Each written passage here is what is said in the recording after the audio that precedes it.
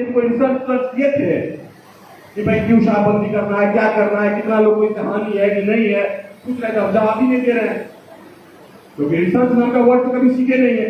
एक कोई ब्यूरोक्रेट, हमारे सब ब्यूरोक्रेट तो पढ़ा दिया है ऑफिस में कि एक WHO का रिपोर्ट है जिसमें कहा जाता है कि शराब से लोग मरते हैं। मरता तो अपने नमक और चीनी से भी है। कसरत नहीं कीजिएगा, पेट निकल जाएगा, हार्ट अटैक हो जाएगा, मर जाइएगा। पूरा दुनिया जो शराब पी रहा है तो ऐसा थोड़े एकदम मर ही गया। कोई भी चीज का अधिकता कर दीजिएगा तो मर जाइएगा। तो ये सब चीजें हैं कि जो कॉमन सेंस से नहीं होगा, पढ़ने लिखने से होगा। जब भगत सिंह को फांसी दी जा रही थी, 10 मिनट के बाद फांसी दी जाने वाली थी, रात में जल्दी जल्दी दिया गया, उनको फांसी दिया जाना था 31 मार्च को, लेकिन लगा कि क्रांति हो रही है, विद्रोह हो रहा है, तो चुपचाप जो है उनको 23 मार्च की रात में ही डिसाइड कर दिया गया।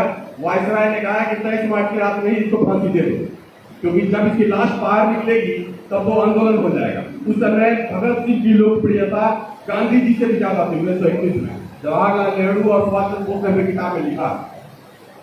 तो 23 तारीख के रात में उनको फांसी की सजा बता दिया गया कि भाई जेलर वगैरह भी उनको काफी रिस्पेक्ट किया करते थे। उन्होंने आगे बताया कि भगत आपको फांसी पड़ने वाली है, चलिए टाइम हो गया। भगत सिंह ने कहा, तो वो एक किताब पढ़ रहे थे। किसकी किताब थी? लेनिन की किताब पढ़ रहे थे। उस किताब को बोले 10 मिनट रुक जाओ, अभी एक क्रांतिकारी दूसरे क्रांतिकारी से बात कर रहा है। आप में से कितने छात्र होंगे और नौजवान होंगे जिन्होंने कंपटीशन पास करने का किताब उठाया होगा? यहाँ तो पढ़ाई का वही मतलब है, नौकरी चाकरी मिल गई, निकल गई, हो गया बात। बहुत लोग तो किताब छोड़ी अपने को क्या नहीं समझने लगते हैं। वहां एक क्रांतिकारी है, 23 साल का युवा है, जिसको 10 मिनट के बाद फांसी पड़ने वाली है, और फिर भी वो सोच रहा है कि किताब को खत्म कर लेते। क्यों? स्वर्ग में क्या एग्जामिनेशन हो गया है? इसको कहते हैं डेडिकेशन, प्रतिबद्धता। ऐसे लोग ही विजेता बनते हैं। लोहिया जी जैसे लोग विजेता बनते हैं। जवाहरलाल नेहरू के अगेंस्ट चले गए, फूलपुर में लोकसभा का चुनाव लड़ने के लिए, पिट गए, लेकिन फिर जीते, सफल हुए। अलग रास्ता पकड़िए, वो अलग रास्ता। ऐसे लोग, इसलिए पढ़िए, सफल होइए। जिस क्षेत्र में आप काम कर रहे हैं उस क्षेत्र में सफल होइए। राजनीति में सफल होना है, फुल टाइम चाहिए होगा, पार्ट टाइम कुछ नहीं होता है। हमारे यहाँ बहुत सारे पार्ट टाइमर हैं, आधों को हम भगा चुके हैं, आधों को भगा देंगे। जब प्लुरल पार्टी आई तो लॉकडाउन था, तब जितने बिहारी है तो बाहर नौकरी करते हैं, तब यहाँ आए हुए थे, सबको लगा बाप लगता है कोई नई राजनीति शुरू हुई, सब घुस गए। अब धीरे धीरे सबको लगा कि भाई अब तो पेट चलाना बड़ा मुश्किल है, तो सबकी हैसियत जो है सामने आ गई। बड़ी बड़ी बातें की आ रही है ना कि भाई आप तो सोशल मीडिया पर ही दिखते हैं, ये करते हैं। अरे तो आप बाकी लोग कहाँ घूमते दिखते हैं? नरेंद्र मोदी कहाँ जमीन पर दिखते हैं? लोगों ने कहा कि भाई संघर्ष करना पड़ेगा। संघर्ष करने से कुछ नहीं होगा। नरेंद्र मोदी ने संघर्ष किया है, नीतीश कुमार ने संघर्ष किया है, नवीन पटनायक ने संघर्ष किया है, स्टालिन ने संघर्ष किया है दक्षिण भारत में। किसने संघर्ष किया? संघर्ष करने वाला संघर्ष ही करता रहता है। ठीक है, इसलिए जो स्मार्ट है, जो विजेता है, नीतीश कुमार ने 1982 में पटना कॉफी हाउस में अपने मित्र को बोल दिया कि एक दिन तो हम सीएम बनेंगे, बन गए। दिमाग में फंडा बहुत क्लियर था कि सीएम नहीं बनना है। बाकी लोग घूम रहे हैं इधर उधर, बहुत सारे होंगे उनके जमाने के लोग जो अब तक आ रहे हैं कि एक जमाने में हम भी साथ हुआ करते, उनकी अपनी अलग राजनीति है। अब आइए मूल बात पर कि खेल का नियम जो है वो निश्चित है। अंतिम बात, उसको जीतना पड़ेगा और उसको उसी नियम से जीतना पड़ेगा। क्रिकेट में जाके बोलिएगा कि एक रन 2 रन में यकीन नहीं करते भाई, हमने नहीं करा, तो नहीं बनिएगा, नहीं जीतिएगा। जो खेल का नियम है उसी नियम से उस खेल को जीतना पड़ेगा। जीतने के बाद नियम बदल दीजिए, वो अलग बात है। वो लोग बहुत बड़े नेता बन जाते हैं जो जीतने के बाद नियम बदल देते हैं, लेकिन उसमें नीतीश कुमार जैसे लोग भी होते हैं, नरेंद्र मोदी जैसे लोग भी होते हैं जो जीत जाते हैं तो नियम नहीं बदलते हैं। तो इसी नियम से तो जीत क्या है, बदलने का क्या जरूरत है? क्या जरूरत है युवा लोग का मौका, क्या जरूरत है बिना पैसा लिए टिकट देने का? क्यों देना है? इसी नियम से जीतते चले आ रहे हैं, तो नियम बदलने की क्या जरूरत? तो नहीं बदलते हैं लोग नियम। लेकिन आप लोग जो भी हैं, चाहे आज आप छात्र हैं, बच्चे हैं, युवा हैं, आगे आगे नेता बनने का सपना रखते हैं, जीतिएगा इसी नियम। ये बात आप लोग एकदम बढ़िया से समझ लें। और क्यों नहीं लोग जीत रहे हैं? बहुत लोगों ने बोला कि 1974 जैसा ही आंदोलन का कभी नहीं होगा।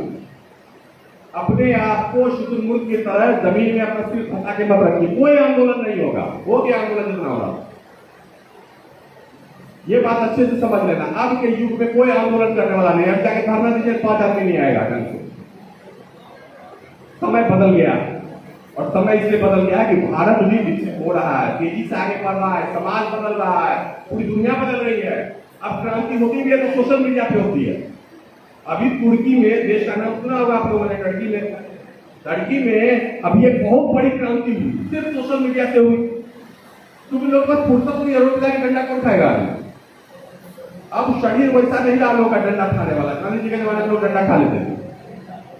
तो अब अभिव्यक्ति के नए माध्यम है। अब सोशल मीडिया से लोग क्रिएट करते हैं, वो अभिव्यक्ति का नया माध्यम है ना।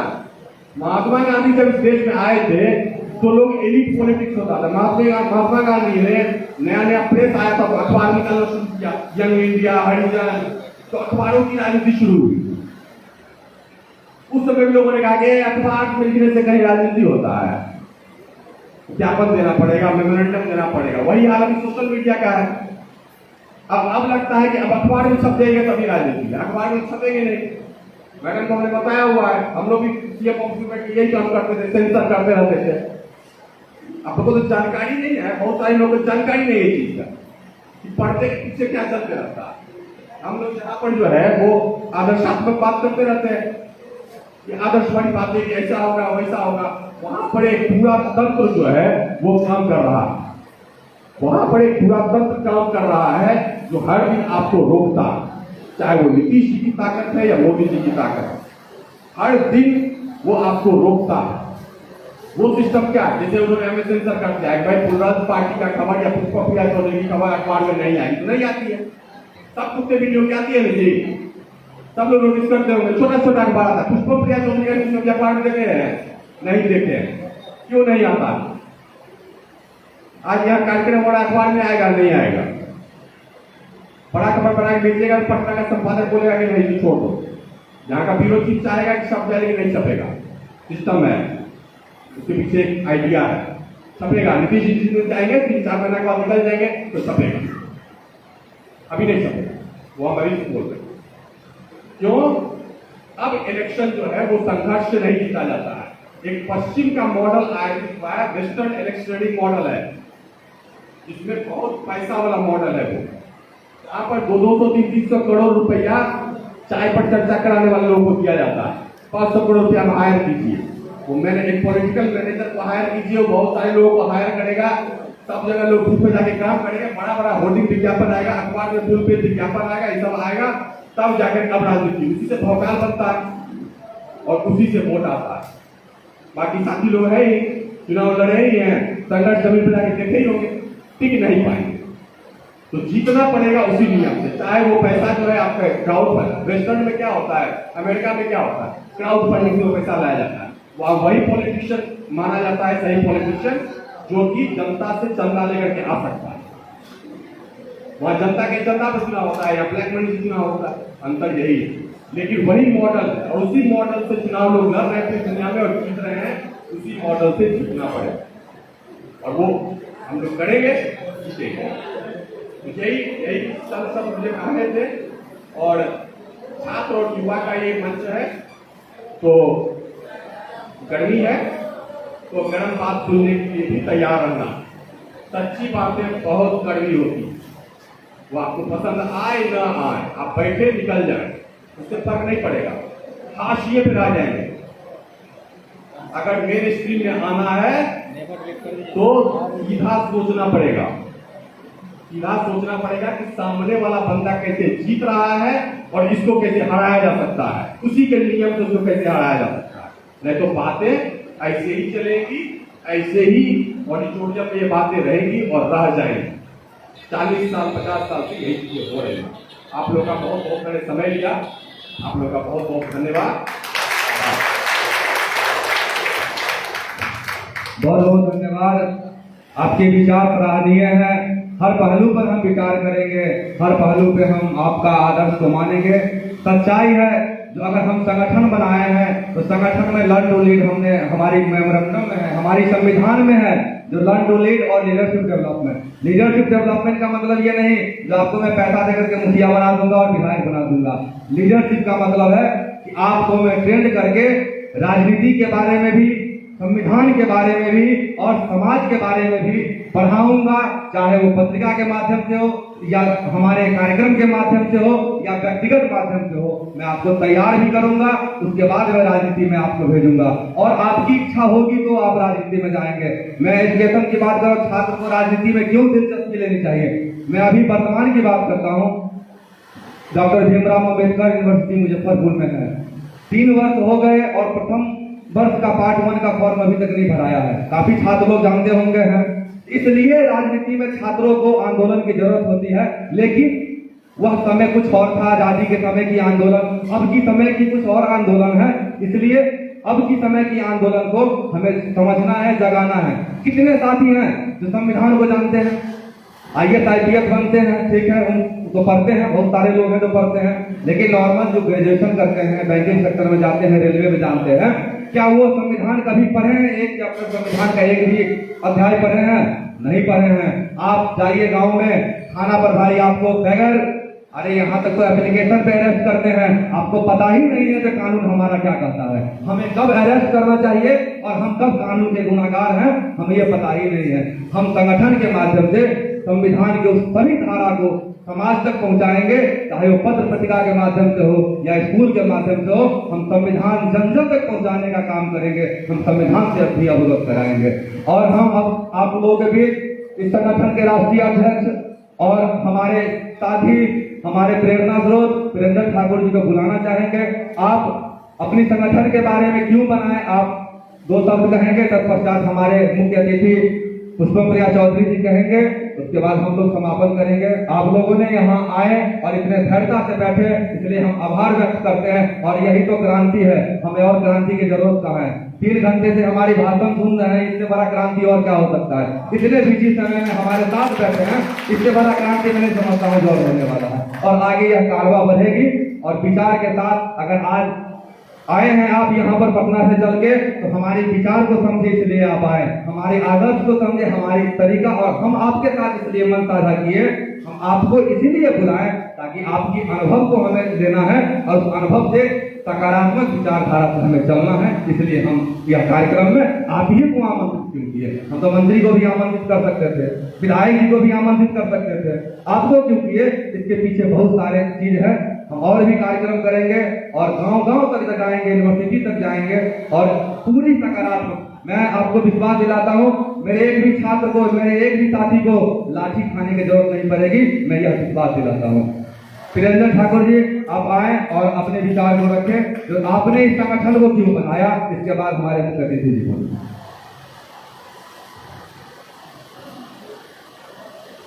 यहाँ पर आए हुए हम सभी लोगों का आभार प्रकट करते हैं और उनको प्रणाम करते हैं। साथ ही साथ हमारे जो भी मुख्य अतिथिगण थे और हैं हमारे बीच अभी, उन सबको हम प्रणाम करते हैं और आभार प्रकट करते हैं जो उन्होंने यहाँ पे अपना समय दिया, कीमती वक्त दिया और उनसे कुछ सीखने को हमको मिलेगा। हमको बहुत आगे की लड़ाई लड़ना है और हमें भाषण देने उतना अच्छा नहीं आता। मैं आपको बताता हूँ, हमें उतना अच्छा भाषण देने नहीं आता। और अभी हमारे मुख्य अतिथि अनुपम सुमन साहब का भी हम आभार प्रकट करेंगे जो उन्होंने यहाँ आने का निर्णय लिया। हम लोगों को उनसे बहुत कुछ सीखना है, लेकिन जितना इन्होंने बताया उतना मेरे बड़े भाई हमेशा सजेशन देते रहते हैं जो तुमसे कुछ क्रांति नहीं होगा, कुछ नहीं कर पाओगे। लेकिन ऐसी बात नहीं है, हम लोगों को हतोत्साहित नहीं होना है। हम इस लड़ाई को लड़ेंगे और इन लोगों से साथ लेकर के लड़ेंगे, इनसे सीख कर लड़ेंगे। और जीतने की बात है तो जीत जरूर होगी, लेकिन जीत सीधे सीधे जीतना नहीं है, उसी सिस्टम से भी जीतना नहीं है, उसी तरीके से जीतना नहीं है। हमको सही रास्ते पर चल करके जीतना है, नहीं तो हम भी सीधे एमएलए एमपी बनेंगे और हमसे कोई परिवर्तन नहीं होगा। सर, आप लोगों से हम यही परिवर्तन की बात करके हम अनेक राजनीतिक दलों का झंडा उठाए हैं और देखे हैं जो किस तरह से सभी लोग यही बात करते हैं जो आज हम कर रहे हैं, लेकिन हम भी दिशाहीन हो जाते हैं जब हमें सत्ता मिल जाती है, हमें कुर्सी मिल जाती है। जब दल छोटा से बड़ा हो जाता है तो हम लोगों को अपमानित करने का कोशिश किया जाता है, और वैसे अपमान पर अंकुश लगाने के लिए एक संगठन की आवश्यकता है, एक सूत्र की आवश्यकता है। हमारे जिला अध्यक्ष भाई जो प्लूरल्स पार्टी के हैं, उनसे हमारी मुलाकात हुई थी। उन्होंने कहा क्या आप हमारी पार्टी से जुड़ेंगे? हमने कहा मुद्दे पर जरूर जुड़ेंगे। अगर आप छात्र हित का मुद्दा उठाएंगे, अगर आप युवा हित का मुद्दा उठाएंगे तो हम आपके साथ हमेशा खड़ा मिलेंगे। भले ही हम आपके दल में जुड़े न जुड़े, लेकिन जब आप वहाँ खड़ा रहेंगे तो आपके पीछे खड़ा प्रियरंजन ठाकुर जरूर मिलेगा। लेकिन साथ में संगठन का एक और चीज है, हमारे सभी संगठन के साथी ये समझ लें, जो उस मुद्दे पर खड़ा मिलेगा, लेकिन आप अगर सत्तासीन हो जाएंगे तो उस मुद्दा को याद दिलाने के लिए भी खड़ा मिलेगा। इस संकल्प के साथ हम राजनीतिक जीवन में प्रवेश किए हैं। भले ही क्रांतियों से नहीं कुछ होता है, क्रांतियां फैल कर जाती है। बड़े बड़े अन्ना आंदोलन में भी मैं बैठा हुआ था, लेकिन कुछ न कुछ चेंज जरूर आता है। अगर कोई बड़ी क्रांतियां होगी तो कुछ न कुछ चेंज जरूर आता है। ये आप देखने का काम करेंगे। हम छात्र जीवन में इंजीनियरिंग के छात्र थे और कुछ न कुछ सोच करके मेरा जीवन भटक गया, और इसी उद्देश्य से भटक गया कि हमें गांव को, समाज को कहीं न कुछ कहीं एक नया धारा देना है, और उस धारा के लिए हम संकल्प लेने का काम करेंगे। छात्र युवा हमारे जो बैठे हैं, सही में उनको पढ़ना चाहिए, उनको यहाँ नहीं आना चाहिए, लेकिन वो हमेशा तो पढ़ते ही हैं। पटना में 10 सालों से पढ़ रहे हैं और उनकी बहाली के जगह नालंदा के किसी दूसरे छात्र को इसलिए बहाल कर दिया जाता है क्योंकि वो मुख्यमंत्री के गांव का है, वो उस एरिया का है। आप देख लीजिए, सर काम किए हैं आप उनके साथ। आप देखे हैं विधानसभा में जो बहाली हुई है, हमारे कई छात्र उसका इंटरव्यू देने गए थे, लेकिन क्या मिला? क्या हम सिर्फ पढ़ते रहे? तो हम लोगों को कहीं ना कहीं एक धारा की भी आप 1 महीना में सिर्फ 1 बार दीजिए। अगर ये यहाँ नहीं आते तो आपसे कुछ सीखते कैसे सर? आपने जो इतना बताया वो सिर्फ हमारे झंडा उठाने वाले युवा अगर सीखते तो वो चले जाते, फिर भूल जाते, फिर किसी और का झंडा उठा लेते। लेकिन जो संस्कारवान छात्र हैं, जो चरित्रवान छात्र हैं, वो अगर इस धारा को, हम नहीं चाहते कि सब लोग नेता ही बनेंगे, कुछ आईएएस भी बने, आईपीएस भी बने, लेकिन आईएएस आईपीएस क्यों बने, इस चीज को आपको सोचना होगा। आज लगभग आईएएस आईपीएस हम बोलते हैं भ्रष्टाचार की भेष हैं, उस भ्रष्टाचारी नेताओं के गुलाम हैं। आपने काम किया है, आपको नीतीश कुमार के इशारों पर काम करना हुआ होगा। हो सकता है आपने अपनी ईमानदारी रखी हो, लेकिन एक ईमानदार को कितना परेशान किया जाता है ये भी आप अपने जीवन में देखे होंगे जरूर। आपको सही से काम नहीं करने दिया जाएगा अगर आप अभी भी 20% 30% ईमानदार पदाधिकारी हैं जिनके बल पे यह सिस्टम चलता है, लेकिन उन ईमानदार पदाधिकारियों को कितना अपमानित किया जाता है। प्रशांत किशोर जी आए थे, यही विजन लेकर के हम लोग भी मिलने गए थे। एक पढ़ा लिखा बड़ा व्यक्ति तो आया है, कहीं न कहीं कुछ करेगा, लेकिन हमने उनको नहीं ज्वाइन किया। वो बोले जदयू ज्वाइन कर लो, हम बोले नहीं ज्वाइन करेंगे। और हम बोले थे तो जिस दिन आपकी जरूरत खत्म हो जाएगी सर, आपको भी निकाल दिया जाएगा। और हमको पार्टी में महासचिव, सचिव ये सब में बन के नहीं रहना है।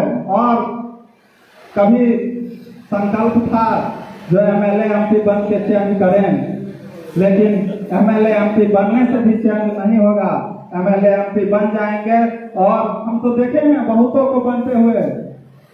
आज आप अगर अलग धारा बढ़ाते हैं, आज तो देखे हैं आप स्पीकर का क्या चलता है, एक विधानसभा अध्यक्ष अपनी भाषा नहीं बोल सकते हैं तो हम एमएलए एमपी बन के क्या करेंगे। कल कोई बोला था जो आपको मुजफ्फरपुर का सांसद बना दिया जाए, तो मैंने कहा अपने जिंदगी को हम उसके जिंदगी से नहीं बदलेंगे, क्योंकि वो एमएलए है, एमपी है, वो जीता हुआ है और उस जीत से हम 100 बार हारना अच्छा पसंद करेंगे। हम जीवन में संघर्ष करते रह जाना पसंद करेंगे, लेकिन हमको वैसा एमएलए एमपी नहीं बनना है जो सिर्फ 5 साल में फिर एमएलए एमपी बन जाता है। आज हम आपकी धारा को इसीलिए पसंद किए हैं, आपको बुलाने के लिए हम इतना जोर क्यों किए हैं, क्योंकि हम देखे हैं, हम देखते हैं सोशल मीडिया पर भी, लेकिन जमीन पर भी देखते हैं। कुछ दिन पहले मैडम जी गई थी, एक नदी पार कर रही थी, नाव का चिन्ह था, नाव से जा रही थी, दूर से देखे, नजदीक होने का, समय मिलने का, साथ का सहारा नहीं मिला, लेकिन दूर से कम देखते तो हैं, प्रभावित होते तो हैं। हम भी ये सोच लेंगे जो किसी तरह से पैसा लाना है, किसी तरह से जीतना है, तो आज हम आपके साथ नहीं खड़ा होंगे, हम किसी और के साथ खड़ा हो जाएंगे। तो हमको ये चीज देखना है और संगठन में हम यही गुण विकसित करेंगे जो तुमको जीतना है, लेकिन नैतिक मूल्यों पर चल के जीतना है। और यही कुरीति भ्रष्टाचार का जड़ है। आज जो समाज में हमारे गार्जियन सिखाते हैं बेटा किसी तरह से पैसा होना चाहिए, तो मैं पूछना चाहता हूं जो वो पैसा कमाकर कहां ले जाएंगे। क्या आप आज जो हमारे एक गार्जियन का कुछ दिन पहले देहांत हो गया था, उनका भी बेटा IITN है, पैसा कमाए हैं, मैं उस सब बातों को नहीं रखना चाहता, लेकिन एकाएक उनका हार्ट अटैक हो गया। बहुत अच्छे व्यक्ति थे, लेकिन क्या मिला, जिंदगी भर संघर्ष करने के बाद, पैसा कमाने के बाद आपके हाथ में तो जिंदगी है नहीं जो उस पैसा का उपभोग कीजिएगा, भगवान कब उठा लेगा। तो आप ईश्वरीय सत्ता को आधार मानिए, जो सब कुछ उसके हाथ में है, तो क्यों नहीं आप उसके सहारे ईमानदार राजनीति करें। हाँ, उसके नाम पर धर्म की, जात की राजनीति नहीं करनी है, लेकिन आपको उसको आधार बनाकर सोचना है जो जब सत्ता वही चलाता है, तो उसके साथ हम एक ईमानदार सिस्टम क्यों न खड़ा करें। और उसी ईमानदार सिस्टम में आप लोगों से हम मदद लेने के लिए आए हैं। हमारा संकल्प सिर्फ ये नहीं है जो हम लीडरशिप डेवलप करें, हम गरीब छात्रों में पढ़ाने का भी काम करेंगे। हमारे जो पढ़े लिखे लोग हैं जो हमारे संगठन से जुड़ेंगे, उनको हम गांव-गांव भेजने का काम करेंगे। और गरीब छात्रों को हो सकता है हमसे एक ही दिया जल सके, हजारों दिए हम नहीं जला पाएंगे, लेकिन हम एक ही दिया जरूर जलाएंगे। और राजनीतिक भागीदारी हम देंगे, राजनीतिक भागीदारी हम देंगे, हम खुद नेता नहीं बनेंगे, हम नेता बनाएंगे। इस संगठन के लोगों को संघर्ष करना सिखाएंगे, पढ़ना भी सिखाएंगे, हम IAS भी बनाएंगे, हम दरोगा भी बनाएंगे और हम नेता भी बनाएंगे। और हमारी विचारधारा को सपोर्ट करने के लिए आप आगे आएंगे तो हम आपके साथ हैं, दूसरे कोई और आगे आएंगे तो हम उनके साथ हैं। हम उनके संगठन उनके साथ रहेगा जो कहीं न कहीं संगठन की विचारधारा को मानेगा, जो कहीं न कहीं संगठन पे कोई जरूरत नहीं है जो एक ही पार्टी चेंज ला दे, कोई जरूरत नहीं है एक ही संगठन चेंज ला दे। आपसी कोऑर्डिनेशन बना करके हम लोगों को बिहार में ये जो जब जमा चुका है भ्रष्टाचार, किसी न किसी तरह से उखाड़ना है। नहीं तो एक तरफ लोग 10-10 साल तैयारी करते रह जाते हैं, एक तरफ लोग सेटिंग करा के नौकरी लेते रह जाते हैं। तो हमको अगर किसी तरीके से नौकरी लेना है, कि हम लोगों को पढ़ना है, कि हम लोगों को वैचारिक परिवर्तन करना है, कि हम लोगों को गांव-गांव शिक्षा का अलग जगाना है, तब कहीं न कहीं एक सूत्र में, एक माला में रखने का हम आपको काम कर रहे हैं। आपके पार्टी के सम्मानित लोगों को भी हम हर जगह बिहार में सम्मान देने का काम कर